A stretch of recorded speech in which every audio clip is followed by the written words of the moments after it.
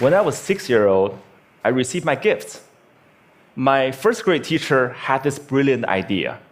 She wanted us to experience receiving gifts, but also learning the virtue of complimenting each other. So she had all of us come to the front of the classroom, and she bought all of us gifts and stacked them in the corner. And she said, why don't we just stand here and compliment each other? If you hear your name called, go and pick up your gifts and sit down. What a wonderful idea, right? What could go wrong?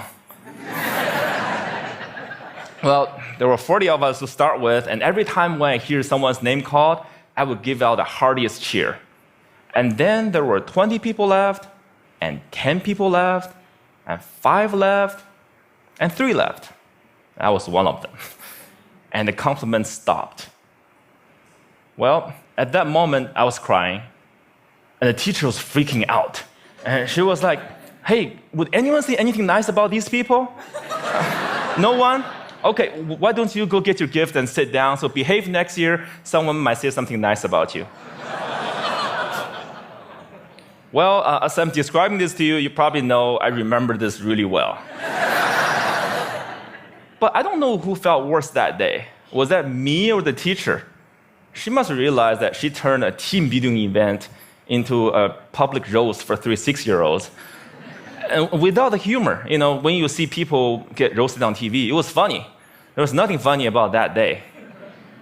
So that was one version of me, and I would die to avoid being in that situation again, to get rejected in public again. That's one version. Then fast forward 8 years, Bill Gates came to my hometown, Beijing, China, to speak, and I saw his message. I fell in love with that guy. I thought, wow, I know what I want to do now. That night, I wrote a letter to my family telling them by age 25, I will build the biggest company in the world, and that company will buy Microsoft. I totally embraced this idea of conquering the world, domination, right? And I didn't make this up. I did write that letter, and here it is. You don't have to read this through, and this is also bad handwriting, but I did highlight some keywords. You get the idea. So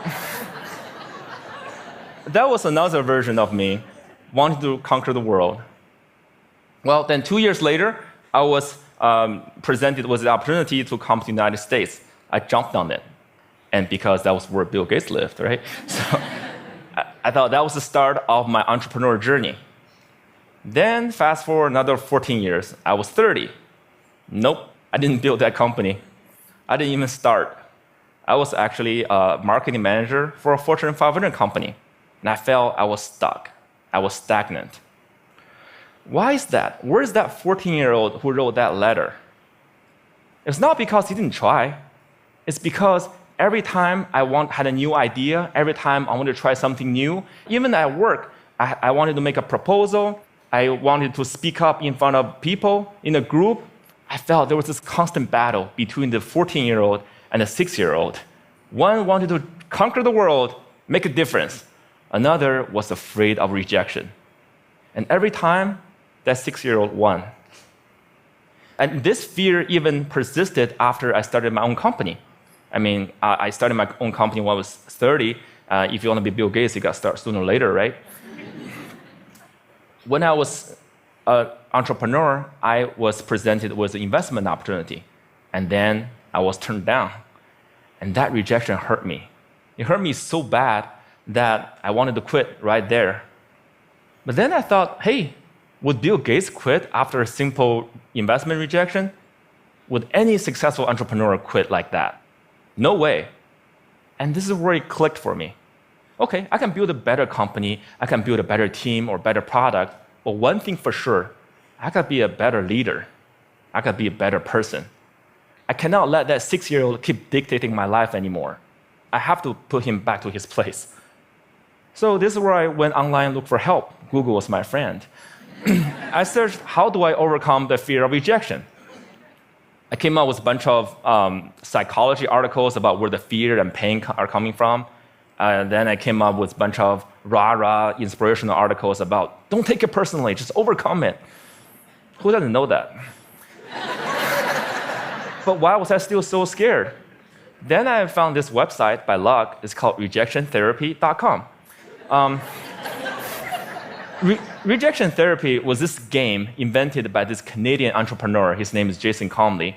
And it's basically the idea is for 30 days, you go out and look for rejection. And every day get rejected at something, and by the end, you desensitize yourself from the pain.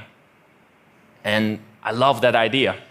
I said, you know what, I'm gonna do this, and I'll film myself getting rejected 100 days. And I came up with my own rejection ideas, and I'll make a video blog out of it. And so here's what I did. This is what the blog looked like. Day one. Borrow $100 from stranger. So this is where I went to where I was working. I came downstairs and saw this big guy sitting behind the desk. He looked like a security guard. So I just approached him, and I was just walking, and that was the longest walk in my life. I just hair at the back of my neck standing up. I was sweating, and my heart was pounding. And I got there and said, "Hey, sir, can I borrow $100 from you?" And he looked up. He's like, "No." Why? And I said, "No, I'm sorry." Then I turned around and just ran. I felt so embarrassed. But because I filmed myself, so that night I was watching myself getting rejected, I just saw how scared I was. I looked like this kid in Sixth Sense. I saw dead people. But then I saw this guy, he wasn't that menacing. He was a chubby, lovable guy, And he even asked me why. In fact, he invited me to explain myself. And I could have said many things. I could have explained, I could have negotiated. I didn't do any of that. All I did was run. I felt, wow, this is like a microcosm of my life. Every time I feel the slightest rejection, I would just run as fast as I could. And you know what? The next day, no matter what happens, I'm not going to run. I'll stay engaged. Day 2, request a burger refill. This is where I finished, went to a burger joint, I finished lunch, and I went to the cashier and said, "Hey, can I get a burger refill?" And he was all confused. I was like, "What's a burger refill?" I said, "Well, just like a drink refill, but what's a burger?" And he said, "Sorry, we don't do a burger refill, man." So this is where rejection happened. I could have run, but I stayed. I said, "Well, I love your burger, I love your joint, and if you guys do a burger refill, I would love you guys more." And he said, "Well, okay, I'll tell my manager about it. Well, maybe we'll do it, but sorry, we can't do this today." Then I left. And by the way, I don't think they ever done burger refill. I think they're still there. But the life and death feeling I was feeling the first time was no longer there, just because I stayed engaged, because I didn't run. I said, "Wow, great, I'm already learning things." Great. And then day 3, getting Olympic donuts.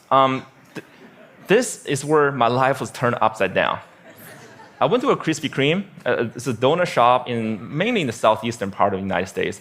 I'm sure they have some here too. And I went in and said, "Can you make me donuts that look like Olympic symbols?" Basically, you interlink 5 donuts together. I mean, there's no way they could say yes, right? The donut maker took me so seriously. So she put out a paper, started jotting down the colors and the rings. It's like, how could I make this? And then 15 minutes later, she came out with a box that looked like Olympic rings. And I was so touched. And I just couldn't believe it. And that video got over 5 million views on YouTube. The world couldn't believe that either. And because of that, I was on in newspapers and talk shows and everything, and I became famous. A lot of people started writing emails to me and saying, what you're doing is awesome. But fame and notoriety did not do anything to me. What I really want to do was learn and to change myself. So I turned the rest of my 100 days of rejection into this playground, into this research project. I wanted to learn, see what I can learn. And then I learned a lot of things. I discovered so many secrets. For example, I found if I just don't run, if I got rejected, I could actually turn a no into a yes. And the magic word is why. So one day, I went to a stranger's house, I had this flower in my hand, and I said, knocked on the door, I said, "Hey, can I plant this flower in your backyard?" And he said, no. But before he could leave, I said, hey, can I know why? And he said, well, I have this dog that would dig up anything I put in the backyard. I don't want to waste your flower. If you don't do this, go across the street and talk to Connie. She loves flowers. So that's what I did. I went across and knocked on Connie's door, and she was so happy to see me. And then half an hour later, there's this flower in Connie's backyard. I'm sure it looks better now. But had I left after the initial rejection, I would have thought, well, it's because the guy didn't trust me. It's because I was crazy, because I didn't dress up well, I didn't look good. It was none of those. It was because what I offered did not fit what he wanted. And he trusted me enough to offer me a referral, using a sales term. I converted that referral. Then one day, I also learned that I can actually say certain things and maximize my chance to get a yes. So for example, one day I went to a Starbucks and asked the manager, hey, can I be a Starbucks greeter? He was like, what's a Starbucks greeter? I said, do you know those Walmart greeters? You know, those people who say hi to you before you walk in the store and make sure you don't steal stuff, basically. And I want to give a Walmart experience to Starbucks customers. Well, I'm not sure that's a good thing, actually. Actually, I'm pretty sure it's a bad thing. And he was like, oh, yeah, this is how he looked. His name is Eric. He was like, I'm not sure. This is how he was hearing me. I'm not sure. Then I asked him, is that weird? He's like, yeah, it's really weird, man. But as soon as he said that, his whole demeanor changed. It's as if he's putting all the doubt on the floor. And he said, yeah, you can do this, and just don't get too weird. So for the next hour, I was the Starbucks greeter. I said hi to every customer that walked in and give them holiday cheers. By the way, I don't know what your career trajectory is. Don't be a greeter. It was really boring. But then I found I could do this because I mentioned, is that weird? I mentioned a doubt that he was having. And because I mentioned, is that weird? That means I wasn't weird. That means I was actually thinking just like him, seeing this as a weird thing. And again, I learned that if I mention some doubt people might have before I ask the question, I gain their trust. People will more likely to say yes to me. And then I learned I could fulfill my life dream by asking. You know, I came from 4 generations of teachers. And my grandma has always told me, hey, Jia, you can do anything you want, but it'd be great if you become a teacher. But I want to be an entrepreneur, so I didn't. But it has always been my dream to actually teach something. So I said, what if I just ask and teach a college class? So I lived in Austin at the time, so I went to University of Texas in Austin, knocked on professors' doors and said, can I teach your class? I didn't get anywhere the first couple times, but because I didn't run, I kept doing it, and on the 3rd try, the professor was very impressed. It's like, no one has done this before. And I came in prepared with the PowerPoints and my lesson. It's like, well, I can use this. Well, when you come back in 2 months, I'll fit you in my curriculum. And 2 months later, I was teaching a class. This is me. You probably can't see this. This is a bad picture. You know, sometimes you get rejected by lighting, you know. But when I finished teaching that class, I walked out crying because I thought I could just fulfill my life dream just by simply asking. I used to think I have to accomplish all these things, I have to be a great entrepreneur or get a PhD to teach. But no, I just asked and I could teach. And in that picture, which you can't see, I quoted Martin Luther King Jr. Why? Because in my research, I found the people who really changed the world, who changed the way we live and the way we think, are the people who were met with initial and often violent rejections. People like Martin Luther King Jr., like Mahatma Gandhi, Nelson Mandela, or even Jesus Christ. These people did not let rejection define them. They let their own reaction after rejection define themselves. And they embrace rejection. And we don't have to be those people to learn about rejection. And in my case, rejection was my curse, was my boogeyman. It has bothered me my whole life because I was running away from it. Then I started embracing it. I turned that into the biggest gift in my life.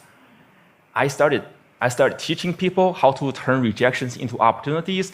I used my blog, I used my talk, I used the book I just published, and I'm even building technology to help people overcome their fear of rejection. when you get rejected in life, when you are facing the next obstacle or next failure, consider the possibilities. Don't run. If you just embrace them, they might become your gifts as well. Thank you.